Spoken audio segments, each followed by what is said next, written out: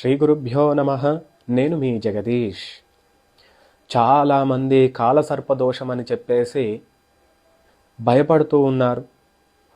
కాలసర్పదోషము, సర్పదోషము ఇవన్నీ కూడా మీకందరికీ తొలగిపోవటానికి మంచి పరిష్కారం చెప్తున్నా.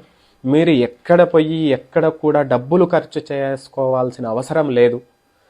మీ దగ్గరలో ఉన్న దేవాలయంలో జంట నాగులు ఎక్కడ ఉన్నా సరే, మీ దగ్గరలో ఉన్న దేవాలయాలలో జంట నాగులు ఎక్కడ ఉన్నా సరే అక్కడికి వెళ్ళి పాలతోని జంట నాగులకు అభిషేకం చేసుకొని దీపారాధన చేసుకొని నేను చెప్పే మంత్రాన్ని మీరందరూ కూడా వీలైనన్నిసార్లు పఠించండి.